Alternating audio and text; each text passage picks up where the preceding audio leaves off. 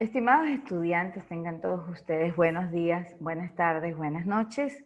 El día de hoy continuaremos con la última unidad de clases, la unidad 4, referida a termoquímica, con la cual se espera que ustedes puedan conocer las diferentes formas de energía asociadas al desarrollo de reacciones químicas. Dentro del temario se encuentra la primera ley de la termodinámica y el tema que vamos a ver hoy es un tema que se necesita para poder llegar a los aspectos de la primera ley de la termodinámica. Específicamente abordaremos el subtema de la transferencia de energía en forma de trabajo.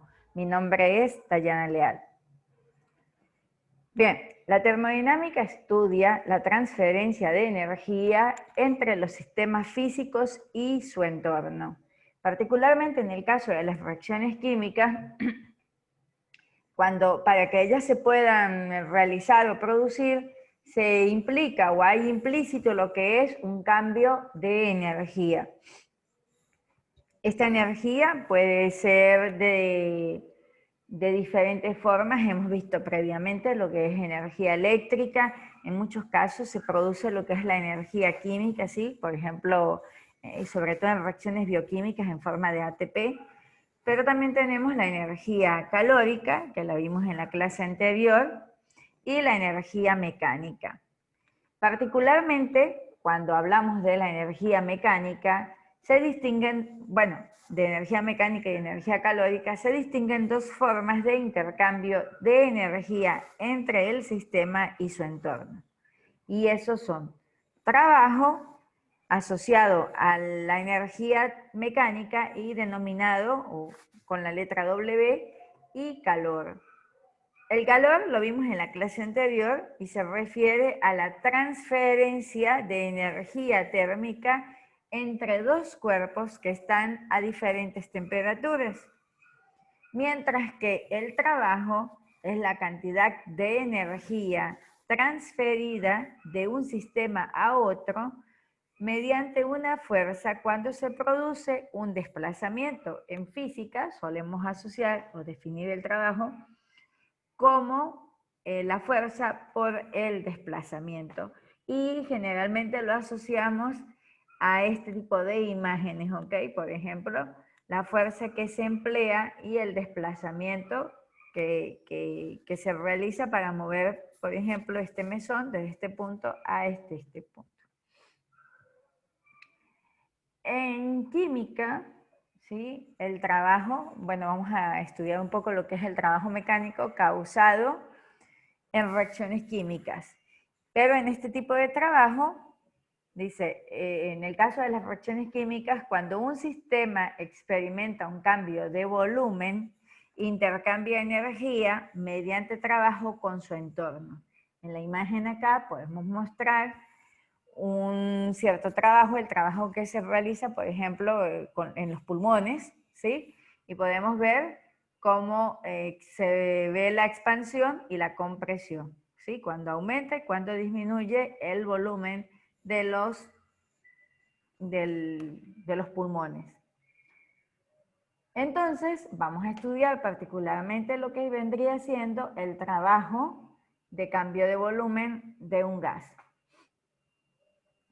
El trabajo producido por el cambio de volumen de un gas va a ser dividido en dos tipos.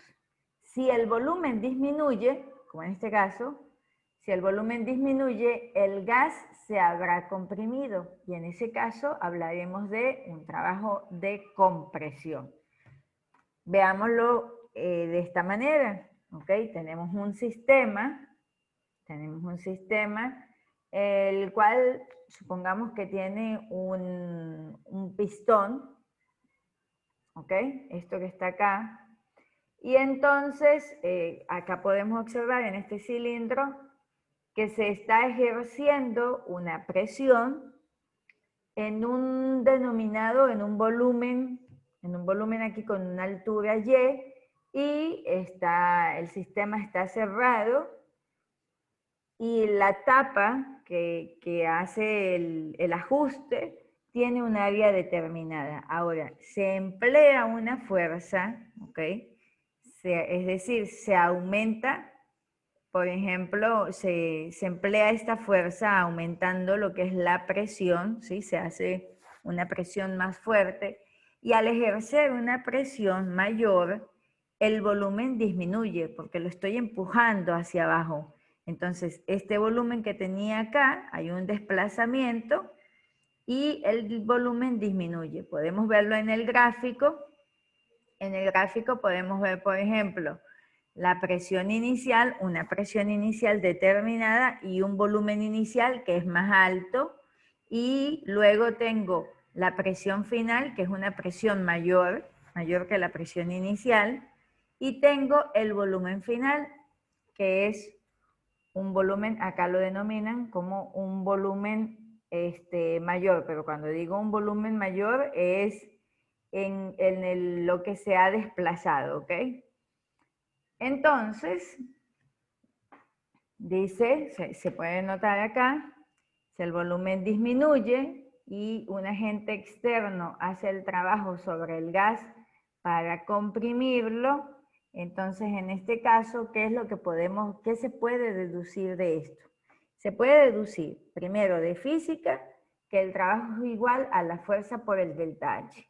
Con delta H me refiero a la altura que se desplazó. Aquí le llamamos Y, pero en otro ejercicio lo vamos a llamar X. Este desplazamiento que hay acá le voy a denominar altura. Entonces, ¿qué es lo que sucede? La fuerza se define como la presión por el área, la presión que tengo por el área que hay acá en este pistón. Y aparte tengo la diferencia de la altura final menos la altura inicial, perdón, menos la altura final. Entonces tengo un delta H, ¿ok? Que vendría siendo altura final menos altura inicial. Entonces, como el área tiene unidades de metros cuadrados y la altura tiene unidades de metros cuadrados, perdón, de metros cuadrados por metro, eso viene siendo metros cúbicos. Y metros cúbicos es la unidad de volumen. Entonces tenemos que el área por el delta H viene siendo el cambio de volumen. De esta manera, la ecuación de trabajo va a ser igual. Trabajo es igual a la presión por el diferencial del volumen, por el cambio de volumen.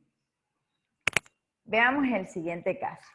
Si el volumen aumenta, el gas se habrá expandido y hablaremos de trabajo de expansión. Por ejemplo, en este otro caso, tenemos un volumen inicial, este recipiente está tapado, ¿ok? Pero cuando se produce la reacción química, se genera una energía que hace que este pistón se mueva, se desplace, pero se va a desplazar hacia arriba. Entonces, lo que sea que esté acá adentro, bien si sea, generalmente es un gas, ese gas se expande, ¿ok? Hay una expansión y esa fuerza obliga a que el pistón se desplace. Entonces, el volumen final va a ser un volumen mayor, ¿ok? Pues bien, en este caso, entonces, tengo que el volumen aumenta y el sistema realiza el trabajo, ¿ok? Este sistema es el que realiza el trabajo sobre el gas para expandirlo. Acá debo acomodarlo. Entonces lo que se produce es una expansión. Bien atentos con esto. Cuando el trabajo se realiza de forma externa sobre el sistema, el trabajo va a ser positivo, va a tener un signo positivo, ¿ok? Y eso va a incidir acá. Cuando el trabajo es realizado por el sistema, entonces en ese caso el trabajo va a tener signo negativo. Veámoslo aquí con algo que se denominó convención de signos. En la convención de signos, ¿qué se considera? Se considera que el calor y el trabajo se consideran positivos si entra energía en el sistema. Si entra energía en el sistema. Y el calor y el trabajo se consideran negativos si sale energía del sistema. Volvamos a ver esto. En este caso, aquí el entorno está administrando la energía y por ese motivo el trabajo es positivo. Mientras que, caso contrario, en este caso el sistema es el que está realizando el trabajo y entonces el trabajo aquí va a ser negativo. Eso es lo que nos indican acá. ¿Ok? Es negativo si sale la energía del sistema. De igual manera con el calor. El calor va a tener signo positivo si es absorbido por el sistema, signo negativo si el calor es desprendido por el sistema. El trabajo va a ser mayor que cero, es decir, positivo si el trabajo es realizado sobre el sistema, y el trabajo es negativo si el trabajo es realizado por el sistema. Entonces, bien atentos. Si ingresa calor o si ingresa algún tipo de energía que genera un trabajo, eso va a ser positivo. Si sale calor, si hay una pérdida de calor o si hay una pérdida de trabajo, entonces eso va a tener signo negativo y eso va a ser muy importante. Esto es lo que nos muestran en el libro, ¿ok? El signo. Trabajo realizado por el sistema, negativo. Trabajo realizado sobre el sistema por los alrededores, positivo. Calor absorbido por el sistema, positivo, si es un proceso endotérmico. Y calor absorbido por los alrededores, es decir, generado por el sistema, es negativo. Veamos un ejemplo. Dice así, este ejemplo está en el libro, es el ejemplo 6.1 e indica, cierto gas se expande de un volumen de 2 litros a un volumen de 6 litros. Cuando dice se expande quiere decir que aumentó a una temperatura constante. Ya sabemos que la temperatura es la misma en ambos sistemas. Calcule el trabajo realizado por el gas, calcule el trabajo, lo que piden es el trabajo realizado por el gas si la expansión ocurre A contra el vacío y B contra una presión constante de 1.2 atmósferas. Entonces, lo primero, y usualmente para mí es muy difícil no hacer el dibujo, siempre me acostumbraron a hacer el diagrama, o sea, yo no puedo hacer el ejercicio si no hago este diagrama. Lo primero que hago es digo, cierto gas se expande desde un volumen de 2 litros, coloco aquí el volumen de 2 litros, y se expande quiere decir que hago el mismo frasco y que aumentó el volumen. ¿A cuánto? A 6 litros. Este es mi sistema inicial. Este es mi sistema con las condiciones finales. Es a temperatura constante. Puedo decir que es isotérmico. Entonces, me pide que calcule el trabajo contra el vacío. ¿Qué significa que diga contra el vacío? Cuando dice contra el vacío, quiere decir que la presión externa es igual a cero. Eso es lo que quiere decir cuando se dice contra el vacío. Contra el vacío es que la presión externa es igual a cero. Entonces, si la presión externa es igual a cero, ¿qué tenemos en la ecuación? Tenemos que el trabajo es igual a menos P por delta B, ¿ok? ¿Por qué menos P por delta B? Porque aquí se está generando una expansión. Aquí, con la energía que se produce acá, se produce una energía tal que hace que esto se desplace. Es el sistema el que está moviendo la tapa, ¿ok? Y cuando él es el que mueve esta tapa, cuando él es el que hace el trabajo tiene signo negativo. Y eso es muy importante y va a ser lo más complicado en este tema de comprender, ¿ok? Pero ¿qué sucede? Que es menos P por delta B. Pero como la presión es igual a cero, pues el trabajo va a ser igual a cero. Porque cero multiplicado por lo que sea que haya aquí va a dar cero. Y la pregunta B dice, calcula el trabajo realizado por el gas si la expansión ocurre contra una presión constante de 1.2 atmósferas. Vuelvo a copiar mi ecuación, ya sé que tiene signo negativo, ¿ok? Por lo mismo, porque hubo una expansión contra una presión constante. La presión aquí es 1.2 atmósferas. Sustituyo.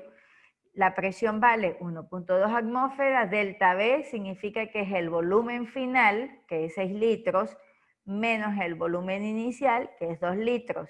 6 menos 2, 4. 4 multiplicado por 1.2, eso me da 4.8 litros por atmósfera. Usualmente la presión no suele expresarse, no es que no esté bien, sí está bien, pero lo usual es expresarlo en Joule, ¿ok? Entonces, o supongamos que les piden allí que lo calculen en Joule, entonces, la conversión de unidades es la siguiente, muchachos, ustedes deben tener una ficha con unidades, una ficha que diga conversión de unidades y allí van anotando cuánto equivale una caloría, de caloría Joule. Fíjense, del litro, 1 litro por atmósfera equivale a 101,3 Joule. Esto es lo que es 1 litro, pero no tengo 1 litro, tengo menos 4.8 litros. Entonces, menos 4.8 litros por atmósfera, ¿a cuántos joule equivale? Entonces, en el libro lo que hacen es que multiplican 4.8 menos 4.8 por 101,3 y eso se divide entre 1 litro por atmósfera. El resultado de multiplicar esto con esto me va a dar menos 4.9 por 10 a la 2, positivo, ¿ok? Joule. Y así es como se calcula el trabajo, en este caso, realizado por una expansión de volumen en un gas, ¿ok?